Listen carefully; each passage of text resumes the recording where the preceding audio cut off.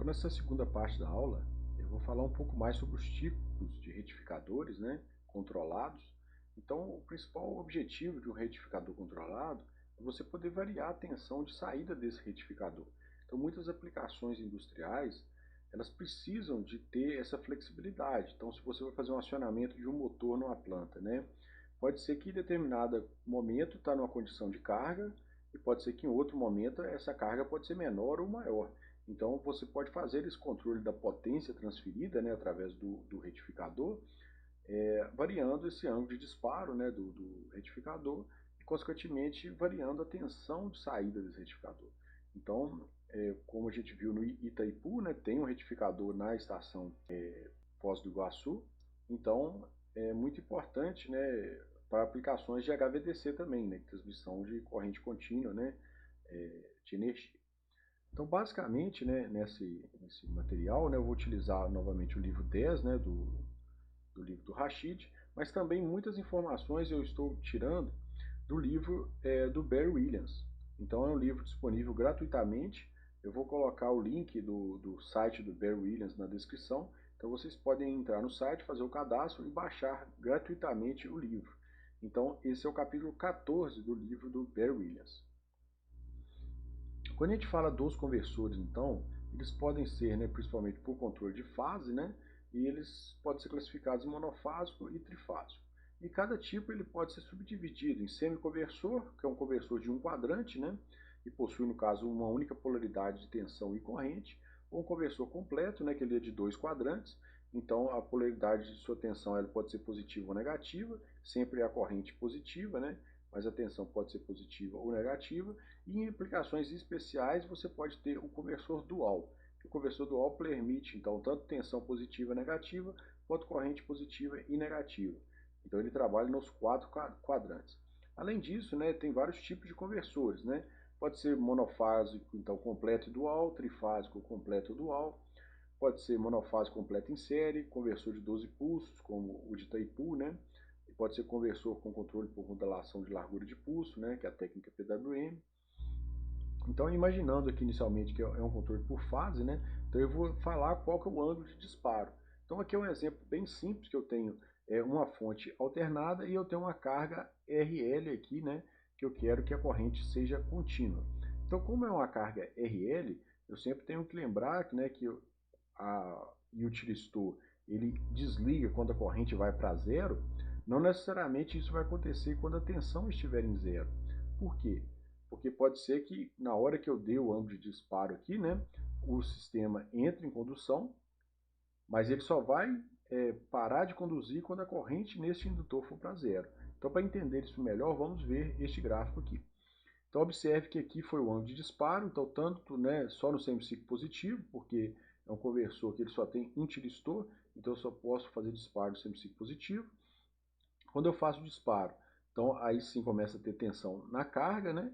E quando a tensão chega em zero, o tiristor não entra em bloqueio. Por quê? Porque se vocês observarem a corrente na carga, como é indutiva, né, RL, tem corrente na carga, ou seja, a corrente começa a diminuir até chega um instante que ela vai para zero. Nesse instante, aí sim, automaticamente o tiristor bloqueia. Então, observe que variando esse ângulo de disparo, eu posso ter tensão positiva, né, ou negativa. Então, quanto maior nesse ângulo de disparo, menor vai ser minha tensão média na carga. Esta figura é do livro do Barry Williams, né? Então ele mede aqui a tensão no resistor. Então é a mesma coisa, né? Então observe que a tensão no resistor tem fase com a corrente, né, na carga, né? Então quando a tensão da rede vai para zero, mas como tem tensão no resistor ainda, né? Só quando essa tensão no resistor for para zero, que quer dizer que a corrente foi para zero, né? É que o sistema para, né, de conduzir, né, o tiristor. E esse ângulo beta é chamado ângulo de condução, ok? Então o ângulo alfa é o ângulo de disparo, então geralmente a gente fala 30 graus, 40 graus, né? É o ângulo de disparo, ele vai de 0 até 180, né? E o ângulo beta é o ângulo de extinção e vai depender da característica da carga, né? Se for uma carga resistiva, o ângulo de extinção é zero. Então aqui a gente observa, né, a corrente no indutor. Então, nessa primeira parte aqui, né, o ângulo de disparo aqui foi bem acima dos 90 graus, né? Então, entrou em condução, tem tensão na carga, só que como nesse momento que a tensão vai para zero, continua tendo corrente, então a gente observa que o tiristor continua conduzindo e só pararia de conduzir nesse instante de tempo aqui. Então, a corrente no indutor foi para zero. Pensando agora, né, na solução do diodo de roda livre, então caso eu não queira ficar estressando essa chave, eu posso trabalhar com um diodo de roda livre. Ou seja, quando eu der o disparo, quando a tensão for para zero, a corrente, a tensão na carga, ela vai para zero. Por quê? Porque nesse instante de tempo aqui, ó, que eu tenho corrente ainda, só que quem vai entrar em condução nesse instante é meu diodo. Então a corrente está passando por aqui, quando a tensão vai para zero, esse tiristor vai tentar desligar e esse diodo entraria em ação, né, entrando em condução. Como neste caso ele é um diodo ideal, então a tensão em cima da carga seria zero, né? Mas o diodo está, a carga, né, a indutância da carga está descarregando aqui. Então eu tenho uma corrente média na carga nessa situação. E aqui também é o mesmo gráfico, só para mostrar que nessa primeira parte aqui, ó, então a corrente está passando, né, pelo tiristor, e nessa segunda parte negativa a corrente está passando pelo diodo, né, diodo de roda livre aí. Indo agora para um conversor que eu posso disparar tanto no semiciclo positivo quanto no semiciclo negativo, né, só que ainda não totalmente controlado, eu tenho só dois tiristores com dois diodos, então quando esse tiristor entrar em condução, ele vai conduzir com D2, quanto esse entrar em condução, ele vai conduzir com D4, né? Então a gente observa aqui que se eu der o ângulo de disparo alfa, né, está no semiciclo positivo, então o tiristor 1 vai conduzir junto com 2. Então o tiristor 1 vai conduzir junto com 2. Só que na hora que chega no momento que a tensão vai para zero, o que acontece? Se a tensão for para zero, e eu ainda tenho aqui nessa figura, na corrente aqui da carga e zero, eu ainda tenho corrente, essa corrente tem que ter um caminho de passagem. E ela vai fazer a passagem por D4. Então ela fecha a malha com o diodo D4. Então aqui, ó, nesse final, até a corrente, né, ir para zero, ou até eu disparar o tiristor T3, que eu estou no semiciclo negativo, a corrente passa por D4. Nesse exemplo, né, a corrente não foi para zero, mas nesse instante aqui, né, no âmbito de disparo, né, foi disparado o tiristor T3.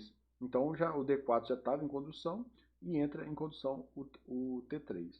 Então a corrente, né, no indutor começa a carregar novamente, né, e aumentar. Então neste instante inicial aqui, o diodo 4 está bloqueando e o diodo 2 está conduzindo. E nesse instante aqui o diodo 2 está bloqueando, né, e o diodo 4 está conduzindo. Caso a gente considere aqui, né, a tensão da fonte, então considerando a tensão da fonte, o problema fica um pouco mais complicado, né? Mas assim, é a mesma coisa, só que agora eu tenho que analisar que eu dei o ângulo de disparo, então eu vou estar conduzindo aqui nesse semiciclo positivo T1 e D2, né? Quando chegar no instante que a tensão for para zero, o D4 entra em condução, né? E neste caso aqui, se a corrente chegar a zero antes do próximo disparo, né? Então tem esse ângulo beta aqui, então a corrente foi para zero, não fica ninguém conduzindo. E aqui começaria novamente, porque eu estaria aplicando um disparo no T3. Quando eu disparar o T3, conduz junto com o D4, né? E quando a tensão vai para zero, D2 entra em ação até a corrente chegar em zero. E caso eu aumente ainda mais, né, este ângulo de disparo, o que pode acontecer?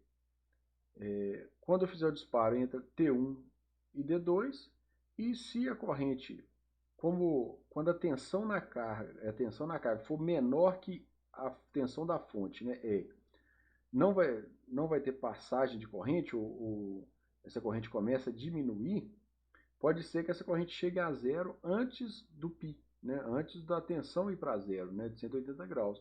Então, nesse instante, nesse intervalo de tempo, ninguém estaria conduzindo, né, só a partir do momento que fizer um novo disparo, entraria T3 e D4.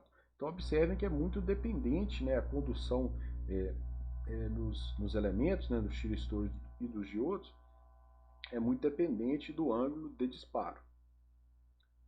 Aqui já é um exemplo com 4 tiristores. Então, como a gente tem 4 tiristores, a gente tem um conversor que eu consigo controlar tanto tensão positiva quanto tensão negativa. Então aqui o exemplo, né, o ângulo de disparo alfa vai entrar em condução T1 e T2, né? Então vai entrar em disparo, só que como a corrente é altamente, numa carga altamente indutiva, aqui a corrente vai ficar praticamente constante. Então, no mesmo a tensão tano negativo vai ter tensão na carga, e aqui só vai mudar quando eu disparar aqui no caso T3 e T4. Aí eu teria a forma de onda do semiciclo negativo, né, indo para a minha carga, ok? Então, aqui a corrente da carga foi considerada praticamente constante e aqui a gente pode observar a corrente na rede.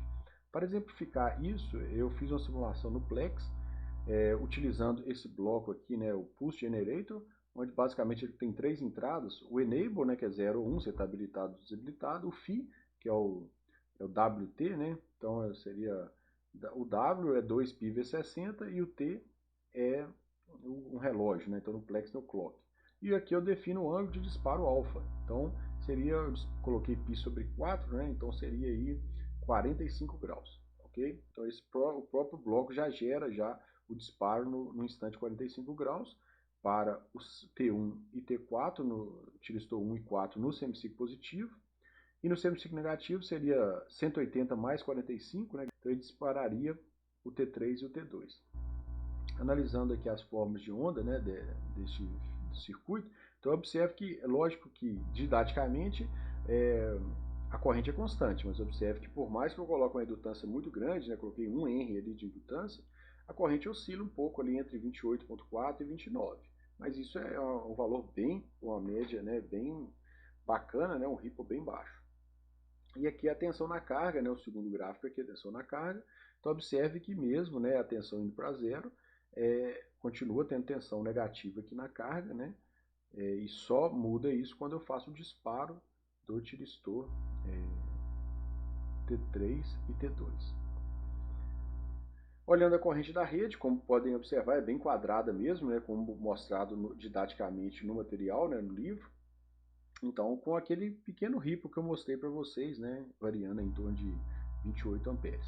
Então, semiciclo positivo, semiciclo negativo. E toda vez que eu faço essa transição do tiristor T1, T4 para o tiristor T3, T2, instantaneamente, né, porque dois estão conduzindo e dois vão entrar em condução. Então, aqui na simulação, dá um spike aqui, que eles chamam na tensão, e a tensão vai para zero, porque é como se eu estivesse fechando um curto na rede, né, porque está todo mundo em condução, né? Então é nesse transitório, né, eu estou ligando um par e desligando o outro par. E fazendo a Fourier dessa corrente da rede, a gente pode observar, né, que ela é composta de fundamental, terceiro, quinto, sétimo, 11º, 13º, então todas as ímpares aí, né? Então isso é uma característica desse tipo de retificador.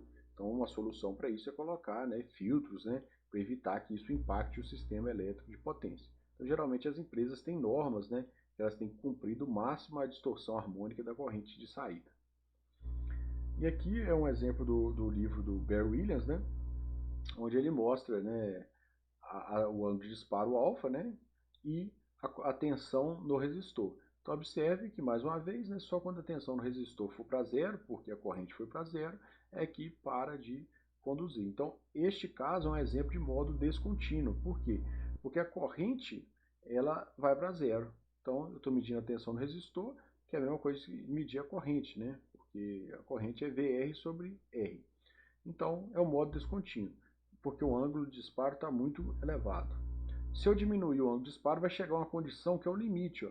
É onde a corrente ela encosta no zero e vai. Então seria o limite do modo contínuo aí, né, para o modo descontínuo, né? E se eu diminuir ainda mais esse ângulo de disparo, vai chegar a uma condição que a corrente ela não vai para zero. Então, ela não vai para zero, eu estaria operando no modo contínuo, né? Pensando nos conversores duais, né? O que são conversores duais? São conversores de 4 quadrantes. Então, são aplicações muito especiais que requerem esse tipo de conversor, porque numa condição eu estaria colocando energia na carga, em outra condição eu estaria retirando energia da carga, né? Então, umas aplicações que a gente pode citar é, por exemplo, uma frenagem regenerativa, né, com um motor elétrico, né? Então, eu poderia ter um sistema de acionamento do motor para acelerar, e caso precisasse de tirar energia, né, eu poderia ter um outro conversor para poder tirar a energia da carga, né, para poder frear o motor, né? Então seria um exemplo. Esse conversor dual ele tem vários problemas, porque qual que é a tensão na carga? Eu tenho uma tensão V01 e tenho uma tensão V02. Então a soma dessas duas tensões aí, né, vai dar a tensão na carga aqui. Então é muito importante esses indutores aqui, porque se tiver uma pequena diferença de tensão V01 para V02, se aqui não tivesse nenhuma impedância, ia fluir uma corrente muito alta de um conversor para o outro.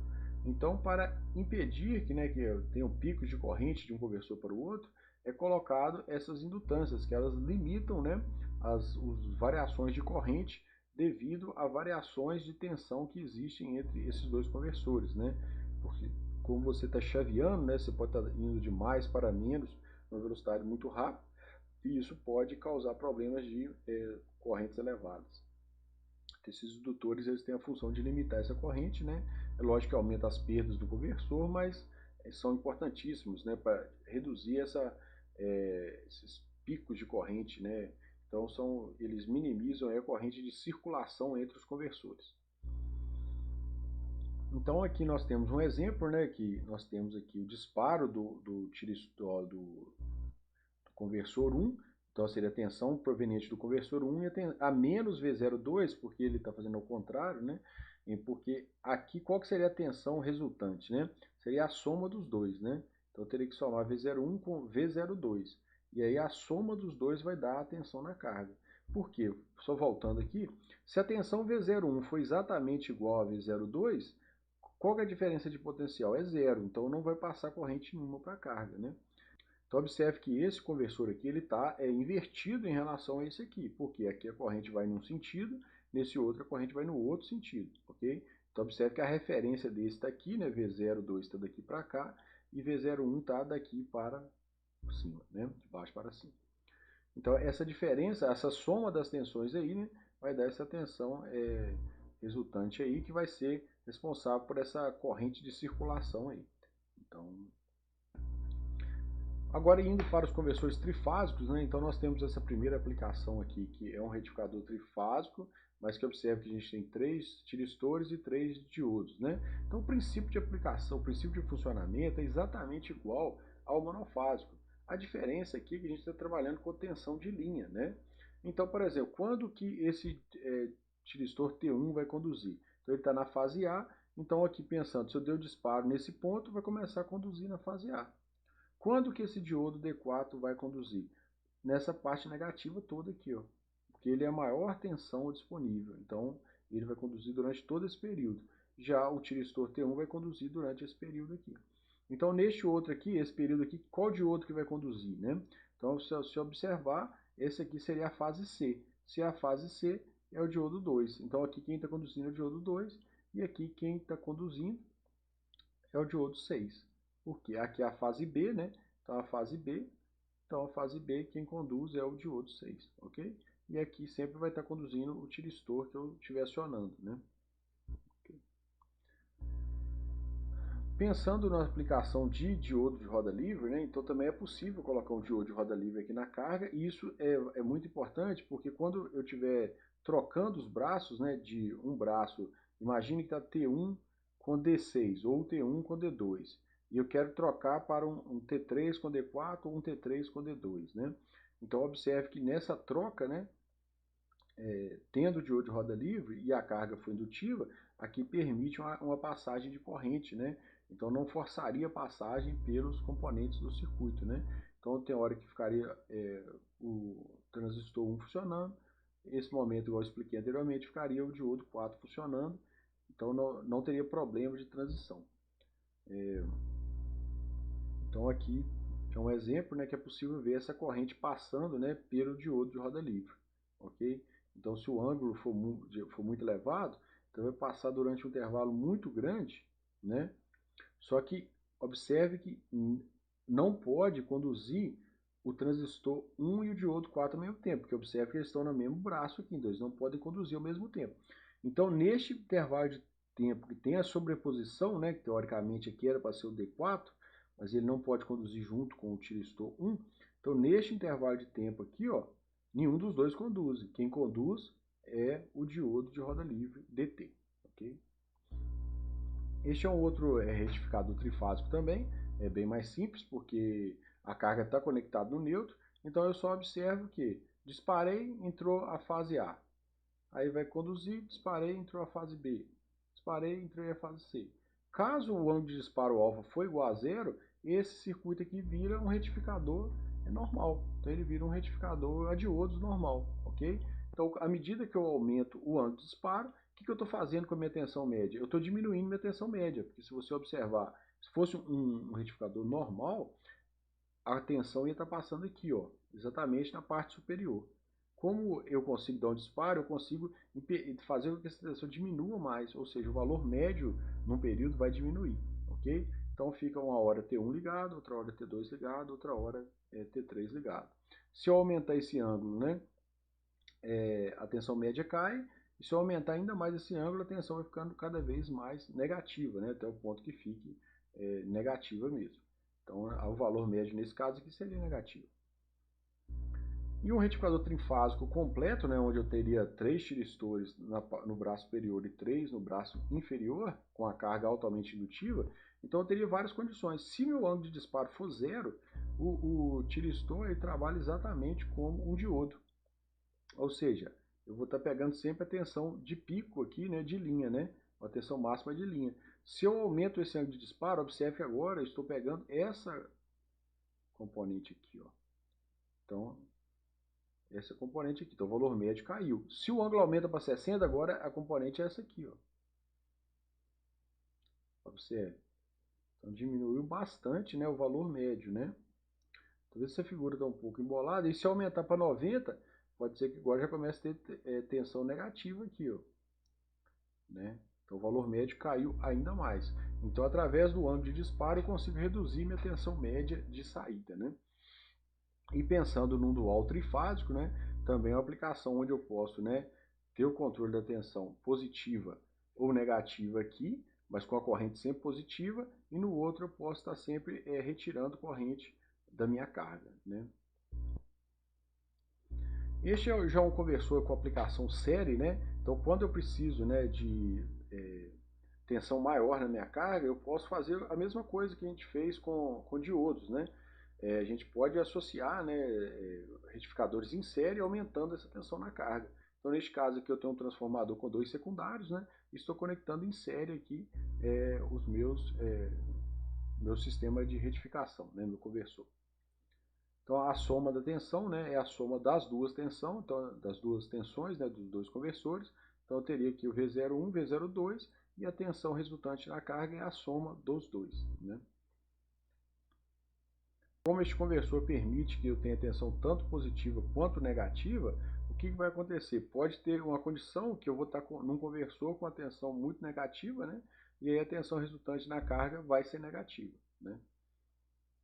Então é um conversor de 2 quadrantes. Então eu posso ter tensão positiva ou tensão negativa na carga. Mostrando agora o retificador, né, de 12 pulsos, é o mesmo exemplo da usina de Itaipu que eu falei na aula sobre Itaipu, né? Só que lembre que em Itaipu aqui eram 96 tiristores em série, né? Nós estávamos falando a tensão aí de linha, né? Chegava a 600 mil volts, né? Então a tensão bem elevada, né? Mas aqui nada mais é que a associação de dois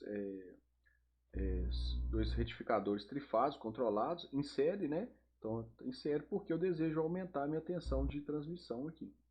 E também poderia, caso eu precisar de uma corrente maior, fazer essa associação em paralelo, ok?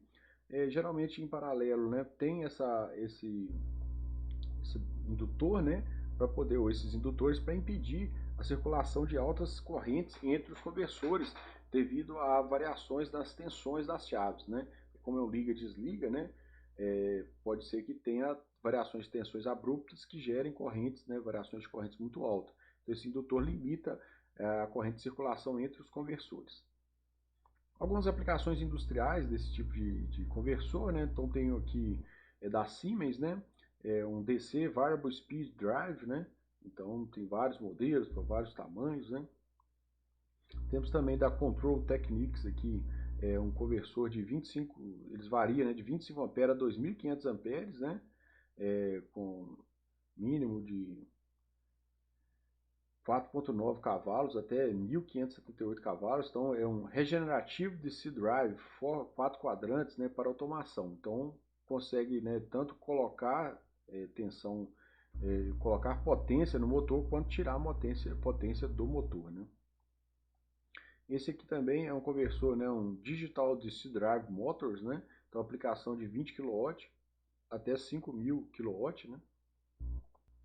Então encerro por aqui o capítulo 10 do livro do Rashid, né, onde eu pude, nessa segunda aula, falar mais sobre os tipos de retificadores, né, tanto monofásico quanto trifásico, e extensões do trifásico para retificadores 12 poços.